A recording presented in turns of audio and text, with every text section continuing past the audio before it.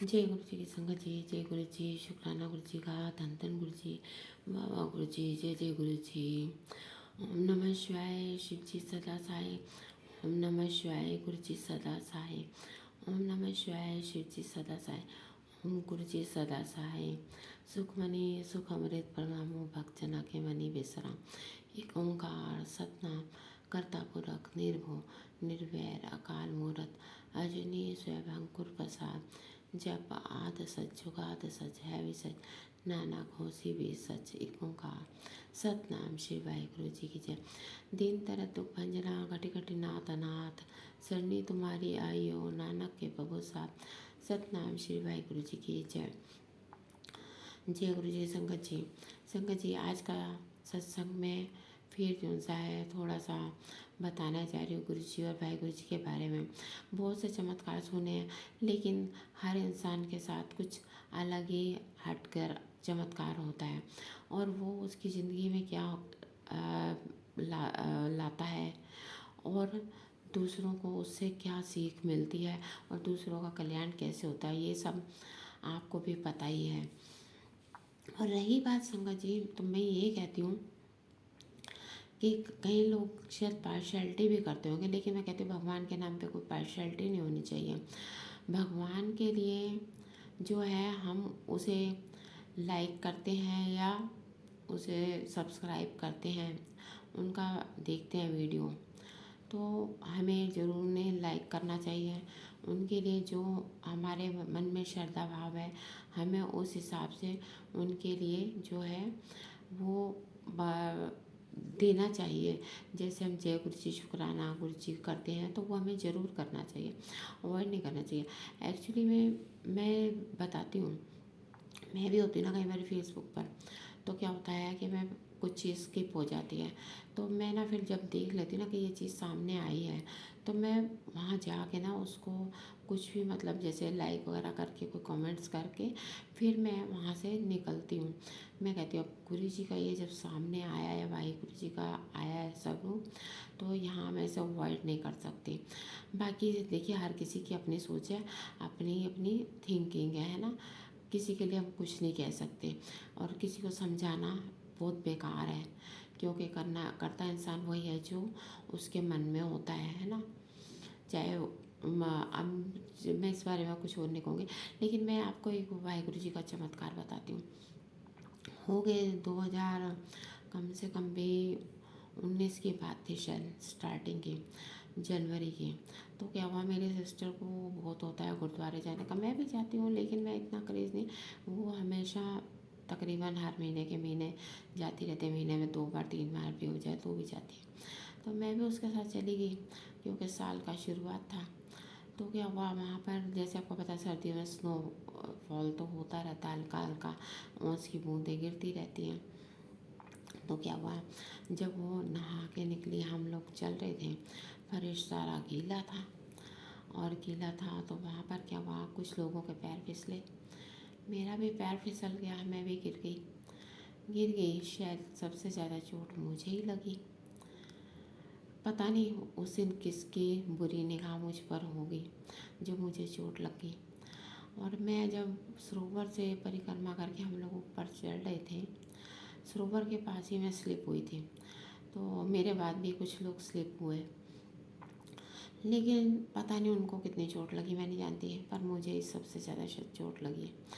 और शंकर जी उस टाइम ने ना, मैं भगवान से कहती हूँ भगवान जी मुझे इतनी चोटें लगी है ना, मुझे ज़िंदगी में कोई चोट मत देना।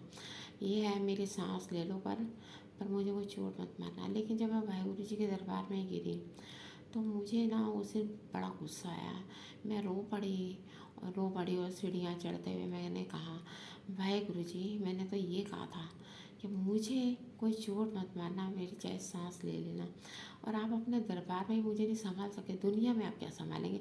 दुनिया तो फिर जो सी है कपटी है ना, उसकी नस नस में करप्शन भरा हुआ है, और किस तरह से लोग किसी से जेलस करते हैं और किसी को मतलब डिफीट करने से कोई उसको छोड़ते नहीं है कोई चांस। तो बताइए, मेरे सिस्टर कि दीदी मत चिल्ला मत रो। और मैं ना रोते हुए उस आवाज़ में चिल्ला रही थी।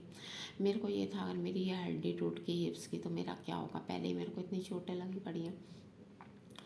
तो संगत जी हम वहाँ से फिर जैसे तैसे घर आए ऑटो करके। मैं ऑटो में बैठी भी नहीं, पैर जैसे उसके साथ टच करके और पीठ पीछे लगा के वैसे ही आई हूँ खड़े खड़े।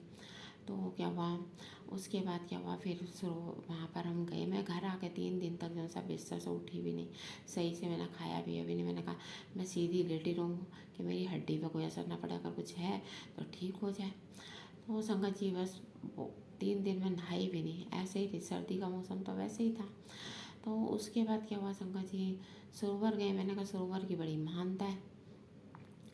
तो वहाँ पर जाके मैंने क्या किया, नहाई तो नहीं मैं खैर, लेकिन मैंने जैसे वो वहाँ का जल लेते हैं वो लेके मैंने अपने कमर वगैरह में डाला, हिप्स पे डाला, अपने थोड़ा मुँह हाथ वगैरह धो लिया, सर पे छट्टे वगैरह मारे। मैंने कहा वाहिगुरु जी का ध्यान करके मैंने कहा आपके सरोवर की बड़ी महानता है। लेकिन अब जो है ना, मेरे को अगर थोड़ा सा मैं ठीक हो गई ना तो मैं इसका चमत्कार मानूंगी। फिर मैं डॉक्टर के पास भी गई, एक्सरे वगैरह किया। तो डॉक्टर ने कहा कि तुमने लाइफ टाइम तक ये जो सी टैबलेट्स खानी है, इन्हें अवॉइड नहीं करना। वो तो मैं खैर जब देखो खाती ही रहती, मेरे को इतनी बोन्स की प्रॉब्लम है। तो मैंने कहा वाहिगुरु जी अब मुझे ना ठीक करना आपकी जिम्मेवारी है।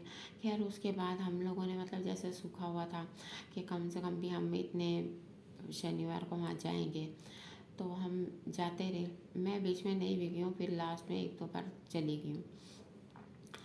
तो और सरोवर का जल जो सा अपना वो अपने छिड़कती रही हूँ।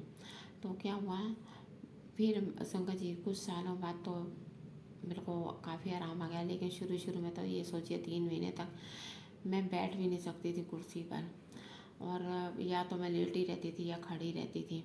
कोई सामान नीचे गिर जाता था तो चिमटे से काट के जैसे तैसे टेढ़े होकर उठाती थी। मतलब मेरे को इतनी प्रॉब्लम थी।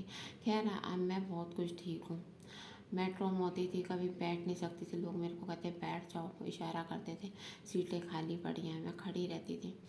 मैंने कहा अब क्या बताऊँ किसी को, मैं मेरी मजबूरी। और संगत जी लेकिन अब देखो मैं बिल्कुल ठीक हूँ। मेरे को 1% तकलीफ़ है, लेकिन मैं पहले से ठीक हूँ। अब मैं बैठ भी जाती हूँ, झुक भी जाती हूँ, सीढ़ियाँ भी चढ़ जाती हूँ, तब मैं सीढ़ियाँ भी नहीं चढ़ती थी। तो संगत जी सरोवर की भी बड़ी महानता है कि जो इसमें लोगों के दुख टल जाते हैं। और लेकिन संगत जी दुख उनके टलते हैं जिनके मन में प्रायश्चित होता है, जिनसे अनजाने में गलती होती है। और दूसरी बात है, या उन बेगुनाह लोगों के दुख टलते हैं जो उन उन लोगों को बिना वजह किसी ने परेशान किया होता है। तो संगत जी बात बस ये है कि सरोवर की भी बहुत बड़ी मानता है। बहुत लोगों के कष्ट हरे हैं, मेरे भी वाहिगुरु जी ने कष्ट हरे हैं, और भी जो बेगुनाह हैं उनके भी कष्ट हरे, दुखियों के कष्ट हरे।